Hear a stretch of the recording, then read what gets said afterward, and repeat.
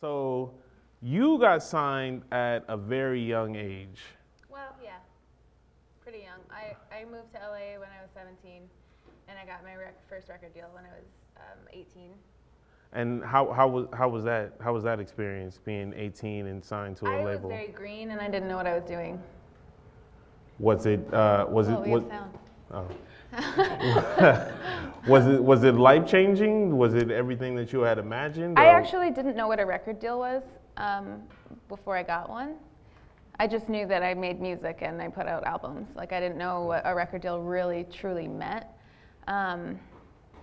So getting my first deal was like a bit of a shock to me. I didn't know what to expect. I didn't know what it really meant. And I guess part of me thought maybe like, okay, now I can relax. I don't have to do any of my own business. I can just make music and let the label handle everything. But that was not the case. In fact, when you sign a record deal, it means, okay, now we really have to start working hard. And you really got to watch people that watch people that watch people. Right? I mean, exactly. You're managing like your entire team all the time and directing the vision and all that stuff. But I guess I didn't really know that was part of my job, and so that probably led to, or was one of the reasons that it all fell apart the first time around. So how do you feel about it now? Like, I mean, from the first album, being signed at 17, 18 to 2016, second album. So if you count that was back when I went by the name Holly Brooke. And so that was my first album, I guess, on a major label. And then I changed my name to Skylar Grey, and this is my second Skylar Grey album. It's the second Skylar Grey album. So I guess the first record deal, I learned a lot of really hard lessons. And so then when I got signed again, I kind of just went at it with a totally different approach, just having, learned all those hard lessons. And I just said, I'm not going to make the same mistake again. And so here I am putting out my second album with Interscope, which is great. Which is great. Excited, That's awesome. yeah. That's awesome. So I think a lot of our students here and a lot of people around the world recognize you for your work that you did with Eminem and Dr. Dre. Can you tell me, what was that like when you first met Eminem? How did that come about? Well, actually, that all happened after I kind of quit the music industry, and I moved up to a cabin in the woods in Oregon. And I was living in the middle of nowhere by myself.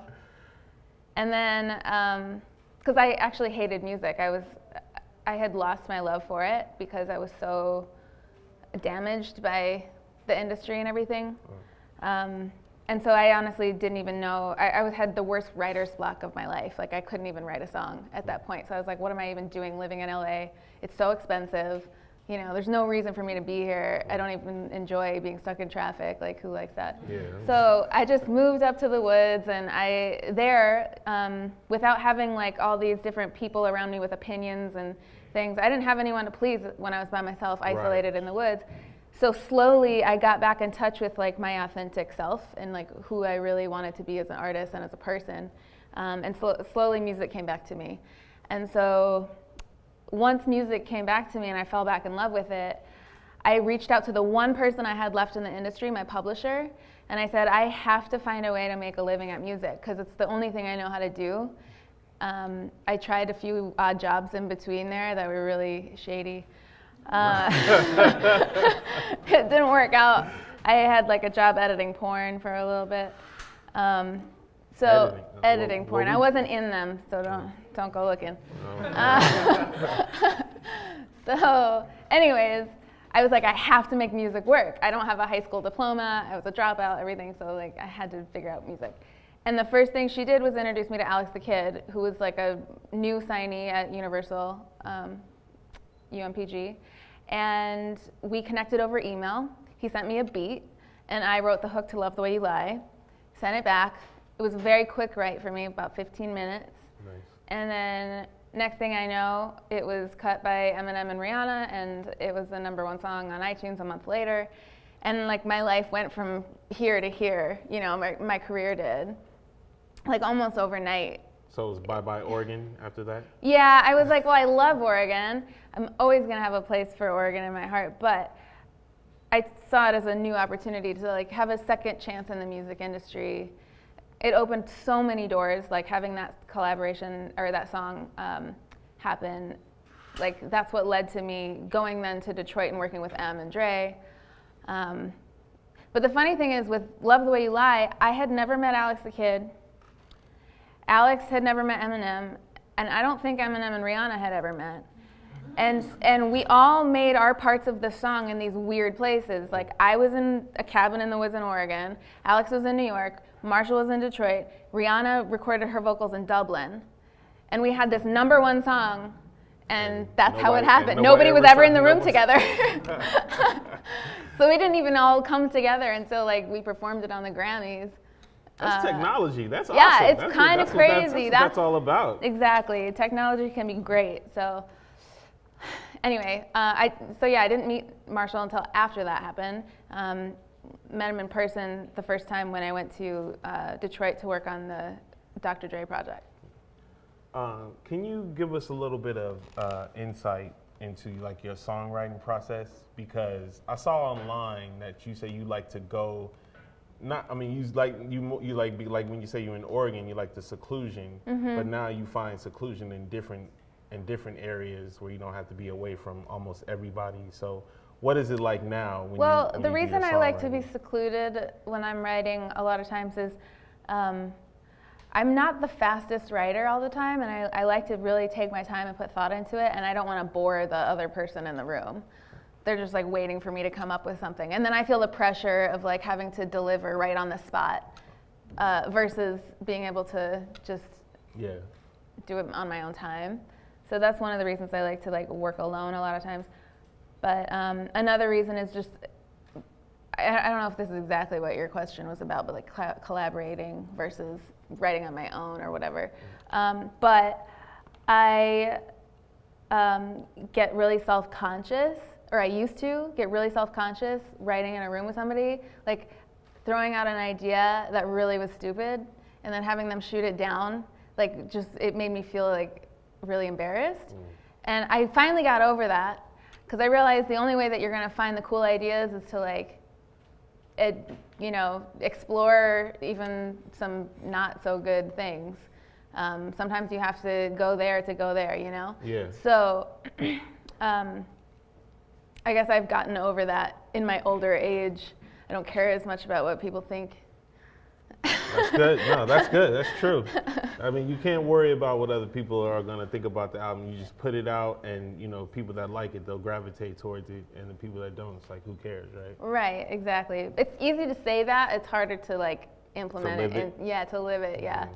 But I'm finally living it. I throw out the stupidest ideas all the time now, and I don't care. So the second album, Natural Causes. Yeah. It has like a double meaning for you. Yeah. Tell me about that. Well, so Natural Causes is kind of morbid on the surface. You think of death, which is a good representation of the dark sound of my album. But it's actually more about nature for me, and like nature causing everything in life, including our emotions, what we feel, what we go through. It's all like human nature. And I spend a lot of time in nature. I guess that's why I ran away to the woods the first time. I grew up in the woods. So it's just always felt like home to me to just be in the wilderness. But also it always reminds me of how unimportant I am in the big scheme of the universe. And I'm getting really existentialist now.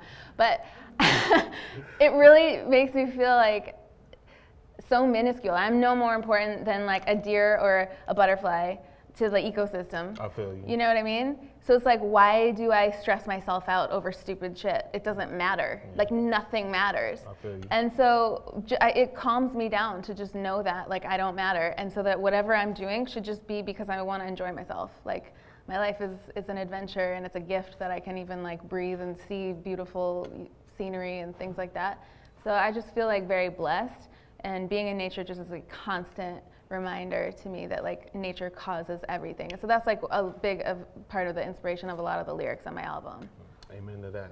That's real spiritual of you. I'm glad you evolved in that level. That's what's up. So you're a singer by definition. But on this album, you did it like you've recently been doing a lot of rapping. Oh, that part, yeah. Yeah, that part. Well, I started because that's why I work with so many rappers. I love that they can like tell a story and fit so many lyrics into a short amount of time. And I'm always confined by a melody. Like, I feel trapped in a melody sometimes. So I was like, well, I better figure out how to rap. And that was one of those situations where it was probably a stupid idea at first, and I probably sounded really bad when I first started. I might not even sound great now, but I love doing it, so I don't care. If anybody doesn't like it, go F yourself. Suicide Squad, bars, swear.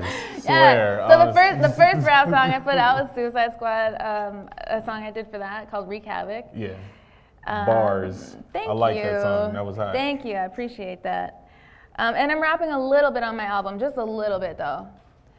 Who did anybody teach you how to rap, or you just because you spent so many times in the studio with different rappers, it just inspired you to write that out, or did somebody give you like a rap structure? Nobody really taught me how to rap. It was kind of just like, I don't know, it can sound really weird to me rapping certain styles, so I just found like what I thought sounded the best with my vocal quality. Like what type of feel and flow would sound the best. Because like I could either do like some really annoying, like yelly rapping stuff, but that's not really my style. So I wanted to do more like an easy listening tone of rapping. Okay. If that makes any sense. Because it goes with all my other music is very soft, and so if I'm gonna mix rap in with that, I can't just like start yelling. Nah, that's like that Warren G kind of G'd up sound. I don't know, you might be too young. Well, no, but like even like Kendrick, he has like a little bit more of a raspy tone when he raps. And it's not as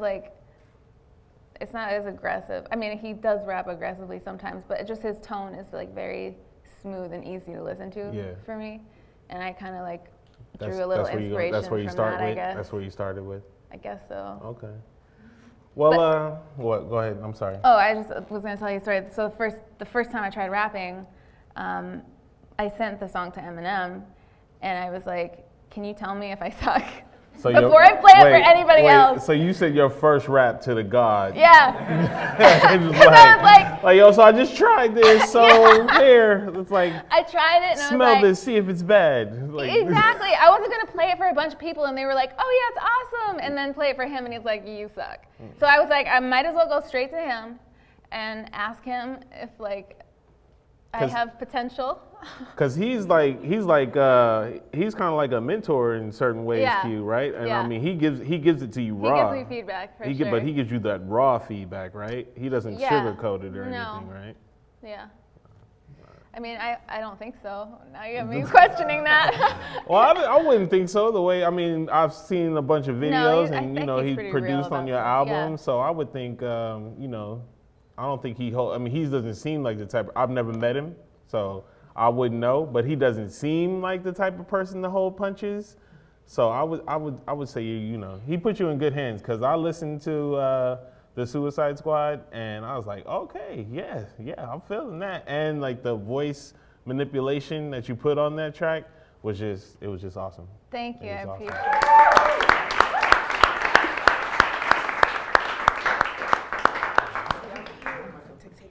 Hey, I want to thank everybody for coming out. Thank you for paying attention to the email blast and everything that Urban Nights Radio is doing. Make sure, if you haven't already, to look for us on iHeartRadio. Download the iHeartRadio app and like Urban Nights Radio. And drop us an email sometime. Come by the radio station, say hi, okay? Did I do the who, the what? We're going to put the video up on our YouTube page and on our Facebook page too, so you'll be able to see the interview and the song performance. So private concert right here. This is how we do it. Thank you. Thank you for coming, all right?